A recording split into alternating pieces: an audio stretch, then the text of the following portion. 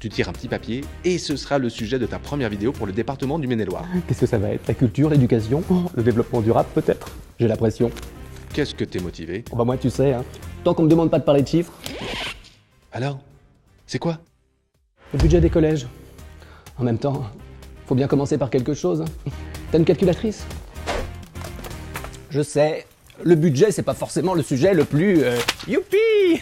Parce qu'en général, quand on nous parle de budget, c'est des chiffres, des pourcentages à n'en plus finir, et en plus il y a souvent les mots réduction de avant.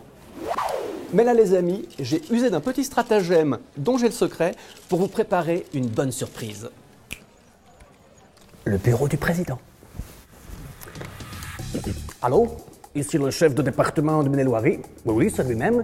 Vous allez augmenter le budget des collèges et puis je veux des bonbons dans toutes les salles de classe et des posters de Bruce Lee. Voilà. Ça va marcher. Ah, j'aurais peut-être dû demander un poster de Booba ou Mbappé. Le Maine-et-Loire, c'est 92 collèges, 43 500 collégiens et 450 agents du département pour s'occuper de la maintenance, de l'entretien et du service de restauration scolaire des 50 collèges publics. Avec chaque année pas moins de 22 millions d'euros en moyenne consacrés au fonctionnement des collèges par le département. Et grâce à mon petit coup de fil, on vient d'augmenter de 78% les investissements pour le budget 2020. C'est un petit peu comme les soldes, mais à l'envers. Et comme dirait ma petite nièce... Oh bah tonton, c'est vraiment très plus beaucoup. Merci qui? Merci moi. Le département a 3 grandes missions vis-à-vis des collèges publics. 1. Construire, entretenir et rénover les bâtiments. 2. La gestion de la restauration avec la demi-pension. Et 3. Proposer des itinéraires éducatifs. D'ici 2021, le département va agrandir ou reconstruire 5 établissements, avec notamment la poursuite de la reconstruction du collège Les Roches à Durtal. Il renforce également son programme de maintenance en améliorant l'accessibilité, les économies d'énergie et bien sûr, la sécurité. Je vous avais dit que ça marcherait? Oh, il y a des chamallows.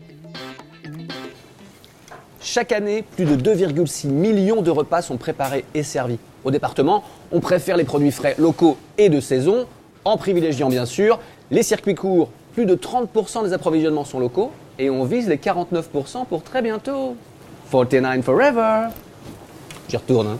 Le coût de revient moyen d'un repas, c'est 9 €. Mais attention, ça ne prend pas en compte que les aliments. Non, non, non.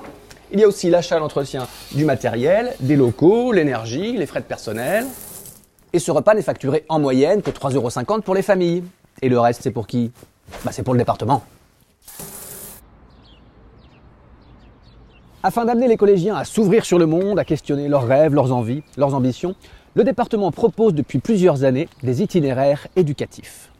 Avec en 2020 27 itinéraires, comme découvrir le livre au Moyen-Âge, ou les mots de la résistance avec les archives départementales, s'approcher de la réalité de la justice en jouant la scénette théâtrale dans un vrai palais de justice, ou encore s'immerger au cœur de la création d'un opéra dans un cadre magnifique.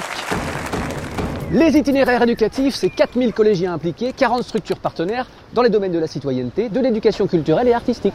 Finalement, le budget 2020 des collèges, c'est surtout des chiffres, oui, mais au service de la culture, de l'éducation, du développement durable.